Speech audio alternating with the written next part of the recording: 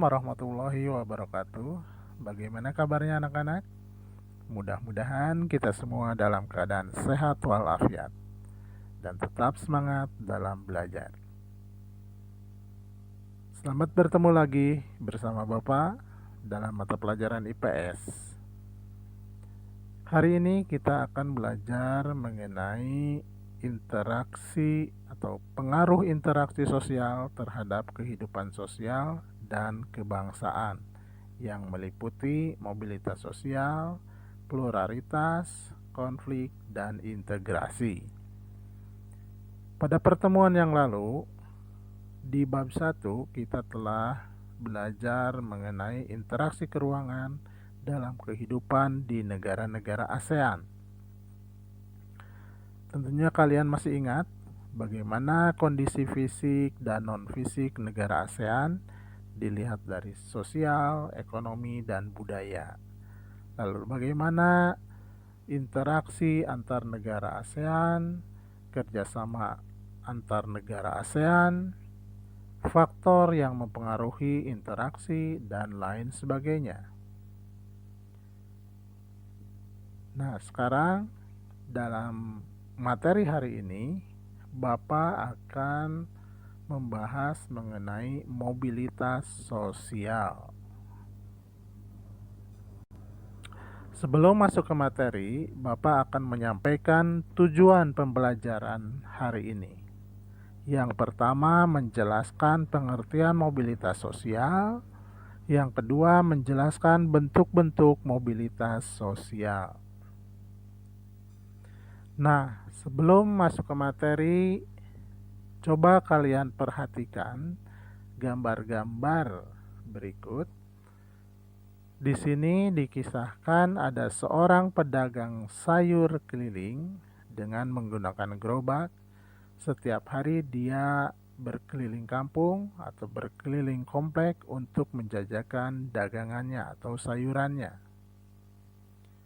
Si pedagang ini atau si bapak ini mempunyai keinginan untuk meningkatkan baik itu pendapatannya ataupun kemajuan dalam berjualan. Sehingga dengan rajin dia setiap hari menyisihkan keuntungan-keuntungannya untuk mencapai keinginannya untuk membeli sebuah kios. Dan pada akhirnya hari demi hari, keuntungan demi keuntungan dia kumpulkan dan terberilah sebuah kios. Dan otomatis dia berjualan di kios. Tidak lagi dia berjualan dengan gerobak keliling-keliling kampung lagi. Nah, dengan berjualan di kios tersebut atau setelah berjualan di kios tersebut, dia memperoleh keuntungan yang lebih besar dan terus dia kumpulkan. Karena apa? Karena dia masih menginginkan sesuatu yang lebih lagi daripada yang sekarang. Dan pada akhirnya dia bisa membeli sebuah supermarket sayuran yang sangat modern. Nah, dari kisah tersebut, dari kisah tukang sayur tersebut, apa yang bisa kalian simpulkan?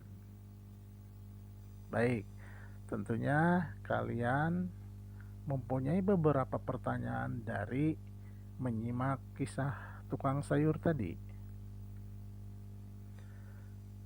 Setelah kalian menyimak contoh mobilitas sosial pada kasus di atas, tentu kalian memiliki sejumlah pertanyaan. Apa yang dimaksud dengan mobilitas sosial? Mengapa terjadi mobilitas sosial? Lalu apa saja yang tergolong mobilitas sosial? Nah, untuk menjawab beberapa pertanyaan tersebut, kalian dapat menyimak penjelasan berikut. Kita masuk ke pengertian mobilitas sosial. Mobilitas sosial adalah perpindahan posisi seseorang atau sekelompok orang dari lapisan yang satu ke lapisan yang lain. Mobilitas berasal dari bahasa Latin yaitu mobilis, yang berarti mudah dipindahkan atau banyak bergerak dari suatu tempat ke tempat yang lain. Sementara kata sosial pada istilah tersebut mengandung makna seseorang atau sekelompok warga dalam kelompok sosial. Jadi dengan demikian dapat disimpulkan mobilitas sosial adalah keadaan seseorang yang mengalami perubahan kedudukan atau status sosial dari suatu lapisan ke lapisan yang lain, baik menjadi lebih tinggi maupun menjadi lebih rendah dari sebelumnya, atau hanya berpindah peran tanpa mengalami penurunan kedudukan. Nah, bagaimana anak-anak? Sekarang sudah tahu kan apa yang dimaksud dengan mobilitas sosial? Bagus, kalau sudah tahu, kita teruskan materinya. Nah, coba perhatikan kembali gambar berikut. Kira-kira apa yang sedang mereka lakukan atau sedang apa mereka? Ya, di sini mereka ada yang pergi bekerja atau ke kantor, ada yang berbelanja ke pasar, ada yang ke mall, ada juga yang pergi ke sekolah. Nah, lalu yang berikut. Nah, ini ada orang yang kelihatannya mau mudik, ya. Kalau hari raya Idul Fitri biasanya yang terkenal mudik, ya. Di sini juga ada gambaran seperti itu. Nah, kedua gambar tadi menunjukkan bahwa mereka sedang melakukan mobilitas, ya. Ingat, pengertian mobilitas itu apa? Pergerakan, mudah dipindahkan, bergerak dari satu tempat ke tempat lain, seperti itu, ya. Baik anak-anak, kita teruskan kembali. Nah, sekarang kita menginjak ke bentuk-bentuk mobilitas sosial, ya. Mobilitas sosial itu ada dua, mobilitas vertikal dan mobilitas horizontal. Sementara mobilitas vertikal ada mobilitas sosial naik atau social climbing, ada mobilitas vertikal turun atau social sinking. Sementara horizontal ada mobilitas antar wilayah, ada mobilitas antar generasi, ya. Nah, bentuk-bentuk mobilitas sosial tadi berdasarkan bentuknya ada dua, mobilitas sosial vertikal sama apa tadi? Mobilitas sosial horizontal. Nah, sekarang apa yang dimaksud dengan mobilitas sosial vertikal? Mobilitas sosial vertikal adalah perpindahan seseorang atau kelompok dari suatu kedudukan sosial ke kedudukan sosial lain yang tidak sederajat, baik pindah ke tingkat yang lebih tinggi atau dikenal dengan social climbing, maupun turun ke tingkat lebih rendah atau social sinking, ya. Nanti kita lihat seperti apa contoh-contoh dari vertikal naik atau vertikal turun. Nah, sekarang mobilitas vertikal ke atas atau social climbing. Social climbing adalah mobilitas yang terjadi karena adanya peningkatan status atau kedudukan seseorang atau naiknya orang-orang berstatus sosial rendah ke status yang lebih tinggi. Itu social climbing. Yang kedua, mobilitas vertikal ke bawah atau social sinking. Social sinking adalah proses penurunan status atau kedudukan seseorang. Proses social sinking seringkali menimbulkan gejala kejiwaan bagi seseorang karena ada perubahan pada hak dan kewajibannya. Social thinking merupakan pergerakan atau perubahan status sosial dari atas ke bawah. Ya. Jadi untuk social thinking itu kebalikan daripada social climbing. Sampai situ anak-anak bisa diikuti?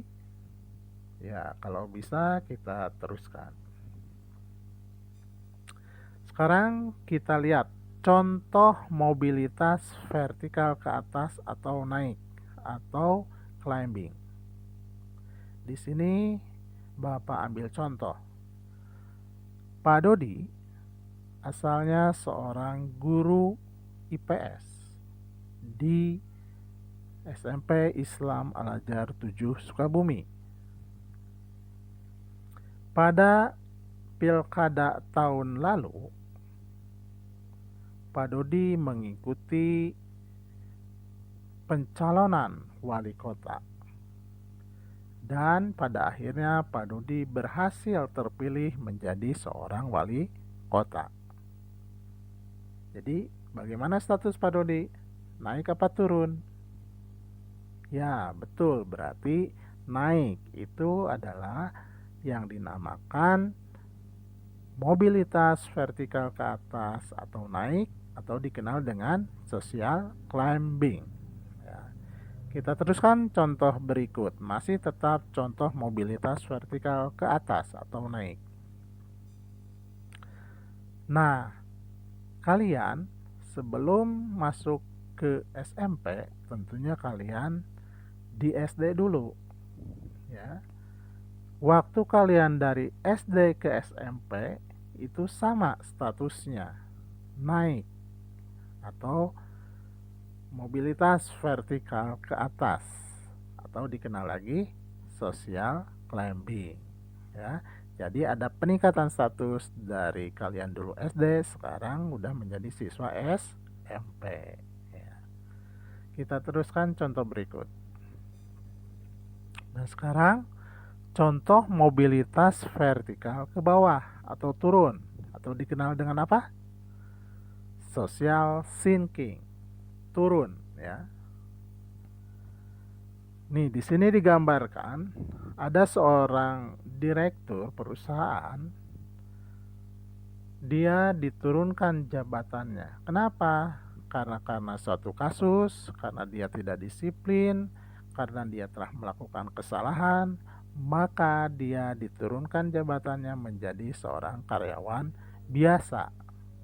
Nah, itu adalah salah satu contoh dari mobilitas vertikal ke bawah atau turun ya.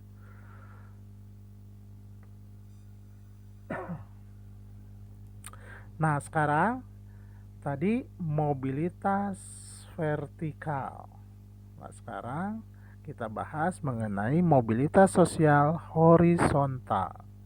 Apa itu mobilitas sosial horizontal? Mobilitas sosial horizontal adalah perpindahan status sosial seseorang atau sekelompok orang dalam lapisan sosial yang sama. Mobilitas sosial horizontal merupakan peralihan individu atau objek-objek sosial lainnya dari suatu kelompok sosial ke kelompok sosial lainnya yang sederajat. Jadi tidak ada perubahan. Ya, kita ambil contohnya supaya kalian lebih paham. Nah, contohnya di sini Pak Dodi seorang guru IPS di SMP Islam Al-Azhar 7 Sukabumi. Pada suatu saat Pak Dodi dimutasikan ke SMP Islam Al-Azhar 1 atau SMP Islam Al-Azhar Pusat, Alpus ya. Sebagai apa? Masih tetap sebagai guru IPS juga. Nah, jadi Pak Dodi itu yang asalnya guru pindah ke Alpus masih tetap sebagai guru. Nah, sampai di situ paham anak-anak? Mudah-mudahan kalian paham ya. Kita teruskan sedikit lagi. Sekarang mobilitas antar generasi. Nah, mobilitas antar generasi ini ada dua, mobilitas naik dan mobilitas turun. Seperti apakah mobilitas antar generasi naik? Di sini digambarkan bahwa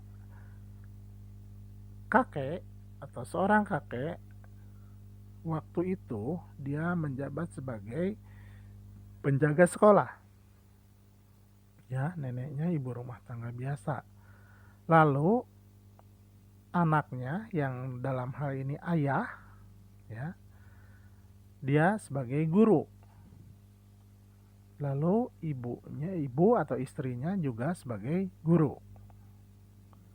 Nah, sementara anaknya dari si bapak guru tadi, dia menjabat sebagai menteri, salah satu menteri di negara kita, ya. Itu menurut kalian semakin naik atau semakin turun? Ya, tentunya semakin naik. Dari kakeknya dulu penjaga sekolah, lalu ayahnya guru, lalu anaknya sebagai menteri. Jadi itu adalah mobilitas antar generasi naik, ya. Untuk mobilitas turun kebalikannya, ya. Yang kakeknya asalnya jenderal TNI dalam hal ini, neneknya ibu rumah tangga biasa, lalu anaknya dalam hal ini ayah sebagai pengusaha, ibunya pengusaha juga, akan tetapi anaknya, anak dari si ayah ini, dia seorang supir. Jadi dari generasi ke generasi itu mengalami penurunan, ya. Sampai situ dapat dimengerti? Ya, kita ambil contoh lain. Nah, ini contoh mobilitas generasi naik. Di situ ada seorang petani dan seorang anak yang sudah menjadi direktur perusahaan yang terkenal, ya. Kisahnya seperti apa? Jadi si anak yang berhasil ini dulunya anak seorang petani, ya, yang sekolahnya mungkin kalau tidak ada kerja keras, tidak ada usaha, mungkin hanya tamatan SMP atau SMA. Kenapa? Karena bapaknya atau orang tuanya tidak mampu untuk menyekolahkan anaknya lebih tinggi lagi. Akan tetapi dalam hal ini anaknya mempunyai keinginan kuat, keinginan keras untuk sekolah lebih tinggi lagi, dan pada akhirnya mencapai suatu kesuksesan, yaitu sebagai direktur perusahaan, ya, yang tadi ayahnya itu hanya seorang petani. Itu adalah contoh mobilitas antar generasi naik. Ini juga sama, ya.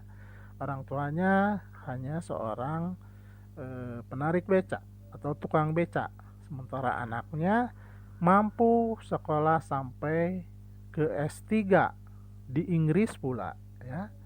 Itu adalah contoh mobilitas antar generasi.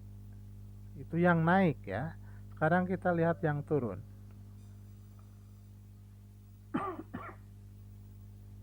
Nah, ini contoh mobilitas antar generasi turun, di mana di situ digambarkan bahwa ayahnya atau orang tuanya seorang direktur perusahaan yang sangat besar, sementara anaknya hanya mampu sebagai cleaning service atau OB, ya. Jadi itu penurunan di generasi, ya, dari ayah yang seorang direktur menjadi anaknya menjadi office boy atau cleaning service.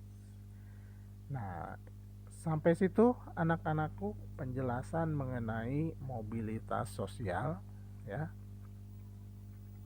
Mudah-mudahan kalian semua paham, ya. Demikianlah penjelasan mengenai mobilitas sosial. Untuk mengetahui pemahaman atau tingkat pemahaman kalian mengenai materi yang sudah Bapak jelaskan tadi, Coba kalian kerjakan evaluasi berikut ya. Evaluasi ini kalian kerjakan dengan baik, dikerjakan dalam bentuk Word atau bisa juga kalian kerjakan di buku tulis dengan rapi. Lalu hasil pekerjaan kalian difotokan. Pekerjaan kalian dikumpulkan di Google Classroom atau bisa juga kalian kumpulkan lewat WA ya. Demikianlah materi untuk hari ini. Mudah-mudahan ada manfaatnya. Sampai ketemu lagi di pertemuan yang akan datang. Kita bahas mengenai faktor-faktor pendorong dan penghambat mobilitas sosial. Terima kasih. Assalamualaikum warahmatullahi wabarakatuh.